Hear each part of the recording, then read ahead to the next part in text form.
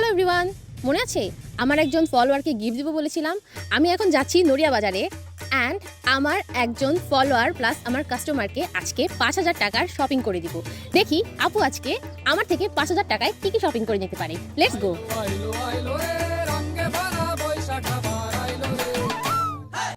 Hello আপু, কেমন আছেন আপনি? ভালো। আজকে আমি যে আপনাকে শপিং করিয়ে দিচ্ছি, আপনার কেমন লাগছে? আপনি কি excited? Yes, I am excited. আপনি কি প্ল্যান করেছেন কি কি কিনবেন? No. আচ্ছা চলেন দেখি আজকে তাহলে আমরা বাজারে ঘুরবো আর দেখবো আপুর কি কি পছন্দ হয় এন্ড আমরা কি কি প্রোডাক্ট কিনে দিতে পারি। নড়িয়া কাঁচা বাজার ঘুরে দেখার পরে আমরা চলে গেলাম আমাদের গন্তব্যে।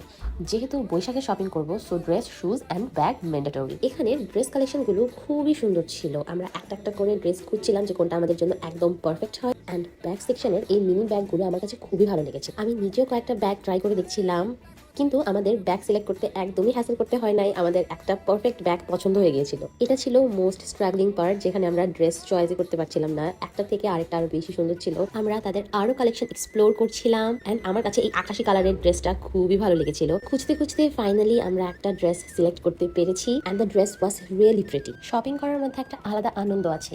মনে হয় এই কারণেই মেয়েদের শপিং এ অনেক বেশি সময় লাগে। It's time to buy this shop. আমরা এখান থেকে ব্যাগ অ্যান্ড ড্রেস নিয়েছিলাম এন্ড যেহেতু আমাদের বাজেট ছিল 5,000 টাকা, আমরা এখানে অনেক বেশি স্পেন্ড করে ফেলেছি। আমাদের অলরেডি 4,400 টাকা খরচ হয়ে গেছে, কিন্তু জুতার জন্য এখনো বাজেট আছে। 600 টাকার মধ্যে আমাদের জুতা সিলেক্ট করতে হবে। এইটা এই বাজারে খুবই টাফ। এরপর আমরা ট্রাই করে দেখি 600 টাকা বাজেটের মধ্যে আমরা কি জুতা পেতে পারি। দোকানে ঢুকেই আমার একটা জুতা পছন্দ হয়ে গেছে, বাট এটা আমাদের বাজেটের থেকে অনেক অনেক বেশি ছিল। এরপরও আমি এই জুতাটাকে ট্রাই করছিলাম। এখানে এসেও সেই একই স্ট্রাগল, আমাদের জুতা পছন্দ হচ্ছে তো দামি মিলছে না অ্যান্ড এত এত অপশন দেখে আমরা লিটারালি কনফিউজড হয়ে গিয়েছিলাম যে কোনটা নিব। এরপর একটা লোকাল শপ থেকে আমাদের বাজেটে জুতা নিয়ে নিলাম। নড়িয়া বাজার এসেছি আর মিষ্টি খাবো না, এটা কখনোই সম্ভব না। ফাইনালি আমাদের শপিং ডান। শপিং বলে একটা দেখাও।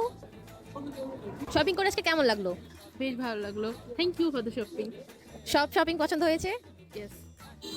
তো আমরা আপুর ফুল আউটফিটের একটা ভিডিও সুন আপনাদের সাথে শেয়ার করবো, the shopping and the gift for আপু। তো এই ছিল আমাদের আজকের মতো শপিং অ্যান্ড আপনারাও চাইলে ফিউচারে আরও এইরকম শপিং গিফট জিততে পারেন।